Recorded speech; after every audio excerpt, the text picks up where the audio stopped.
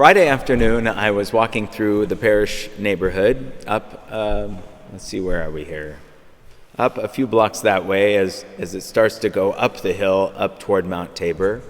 And as I was coming back down the hill, I noticed, aside from the beautiful skyline of downtown, which you can see very nicely from that street, I noticed just how peaceful and quiet everything was. Everything was so quiet and peaceful. And I thought to myself, the Lord is bringing this to my attention for a reason. Why is it today, and I've walked through this neighborhood so many times, but why is it today that I'm noticing how quiet and peaceful this street is, and how neat and tidy the homes are? All the homes are very neat, very tidy. People have nice gardens. Everything's clipped and manicured and freshly painted. And I thought to myself, well, how peaceful and quiet this is. And I reflected about how these homes, many of these homes, have stood for 100 years, over 100 years since they were built, and how peaceful this neighborhood has likely been through the First World War. These houses were there. They were fresh and new at the time, but how fresh and new and tidy and neat they look even today, undisturbed by the First World War, at least exteriorly, and undisturbed by the Second World War, at least exteriorly. And at the same time, overseas, many men were fighting and giving their lives, and there was terrible atrocities during both wars.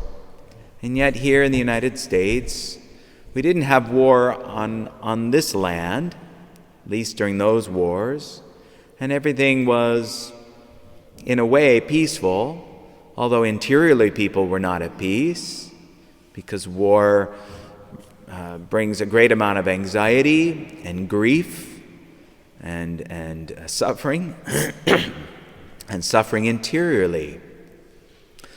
And that made me think, well, how peaceful and beautiful this neighborhood is. But what's happening underneath? I don't know who lives in all of these homes, even though I've walked these streets for 8 years. I've met a few people, but mostly I see quiet streets. Sometimes I see families and kids out playing in the street, but most of all it's quiet, and I really don't see anyone. And I reflected on that as well, just how quiet and peaceful this moment was. And then I thought to myself, well, why is the Lord bringing this to my attention today? And He hasn't brought it to my attention before. And I relished and I cherished that moment of peace. And I reflected back to a couple of years ago.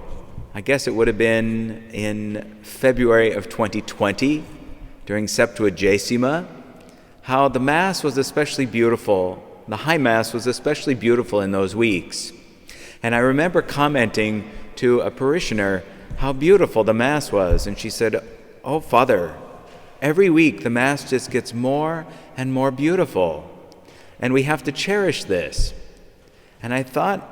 And I remember cherishing that Mass each week, more and more beautiful. And then it became clear that it was going to come to an end, that something so beautiful, and the church was packed every Sunday for this Mass. And then it became clear that all of that was going to be brought to a halt, and it was. So as I was cherishing this quiet and peace in the neighborhood the other day, I thought, well, what does that mean? Is the Lord trying to tell me something? Is all of this peace and quiet going to come to an end? Is it going to be disturbed? Well, that peace and quiet can certainly be disturbed in each of our lives, interiorly. And yet these houses will continue to be lovely and neat and tidy and beautiful gardens. But what's happening interiorly? And anything can happen at any moment. When we think of the death of of our parishioner who found out that she had cancer. And within a week, she had passed away. Well, we never know what's coming. We never know what's coming, to our land. But we also don't know what's coming into our very lives. But the Lord in the introit says, I wish you peace. I think thoughts of peace and not of affliction. You shall call upon me, and I will hear you, and I will bring back your captivity from all places. Well, we need to think about this. If we are experiencing peace now, cherish it. Cherish the peace that you have. But it's likely that some among us are suffering great trials interiorly and exteriorly. So, what is the source of true peace? I think people are pretty content when there's an external peace. People can become very content and forget that they need to long for heaven. And so that makes me think of this neighborhood. There are a lot of good people in this neighborhood. And I have no idea who goes to church and where they go and all of that. I know there are Catholics in the neighborhood that go to Ascension Parish, go to St. Ignatius, go to Holy Family or St. Patrick's or St. Michael's or St. Rose or All Saints. There are Catholics all through the neighborhood that are going here and there. And there are all sorts of other churches in the neighborhood. I don't know who goes where. I can't presume anything about anybody in the neighborhood.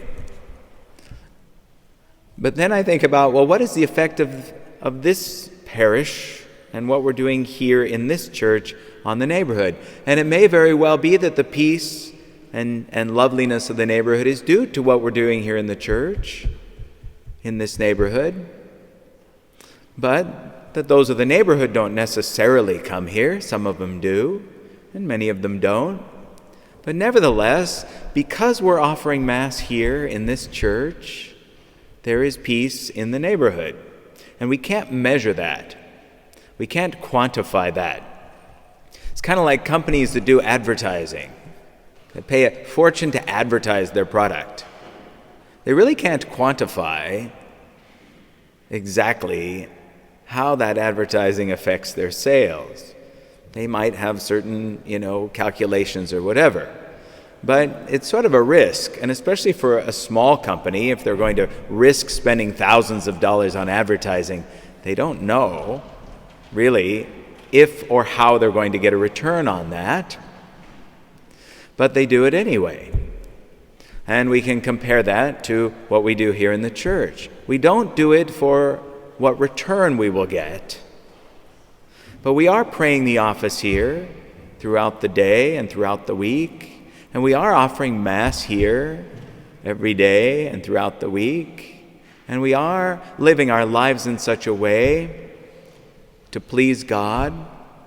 And He can choose how that will be fruitful. And I trust that this neighborhood is lovely and there is peace in this neighborhood because of the prayers that we are rendering to God and the worship we're rendering to God.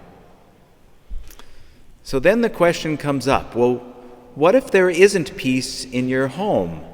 Or what if there isn't peace in your neighborhood? Or what if there isn't peace in your own soul or in your heart, and you're just experiencing tribulation after tribulation and sorrow and grief and struggling? Are you doing something wrong? Is it your fault? Well, it might be. It might be. But it could also be that the Lord has put that struggle into your life because He wants to accomplish something very good in you, in your life, and in those around you. And that's the great mystery of the Christian faith.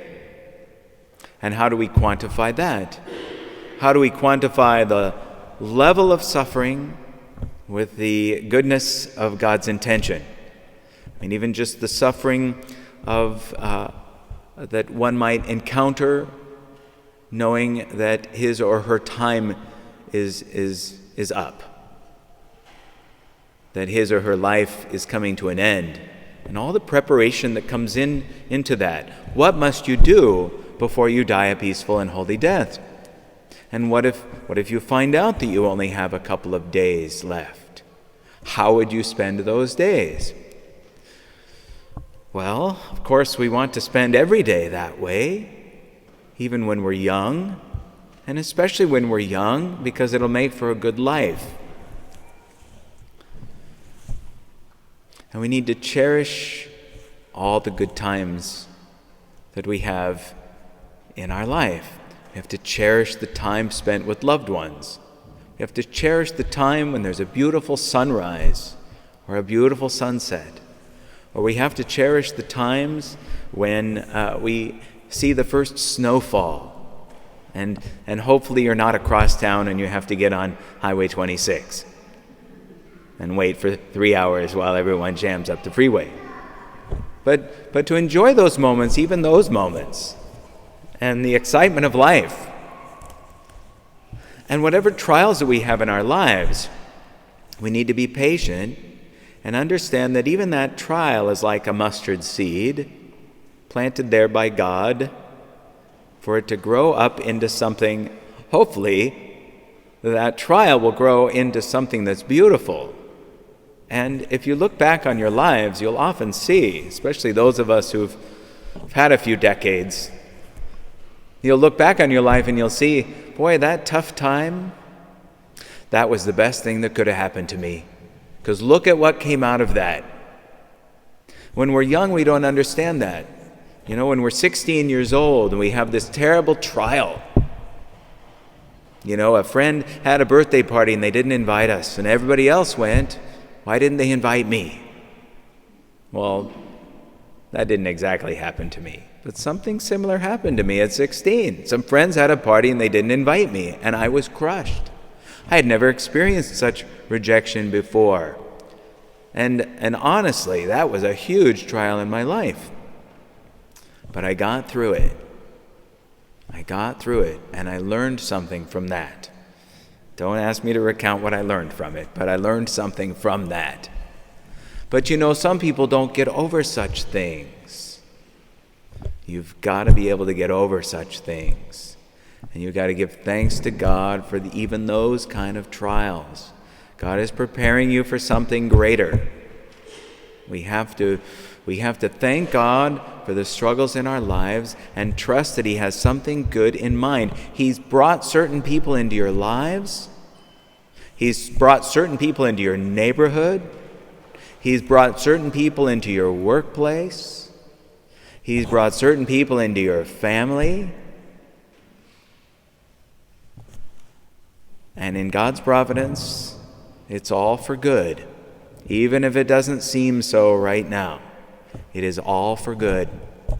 And we need to strive to have a peace in our soul, even when everything else seems to be falling apart.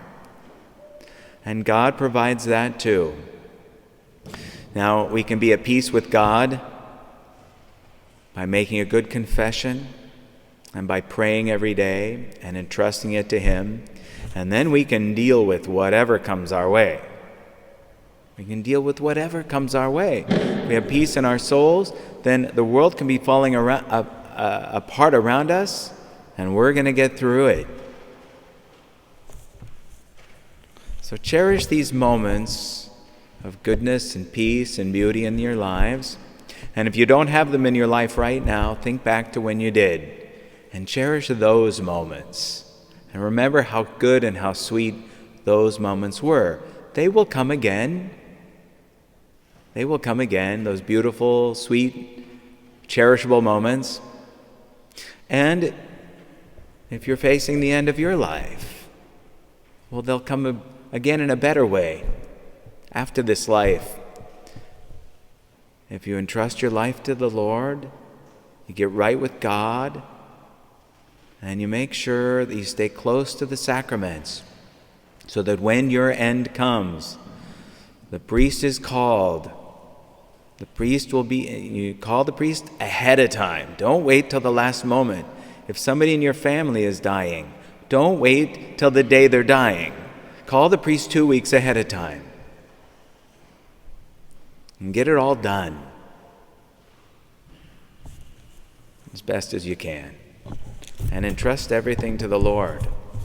All these little things we do are like seeds planted that root themselves.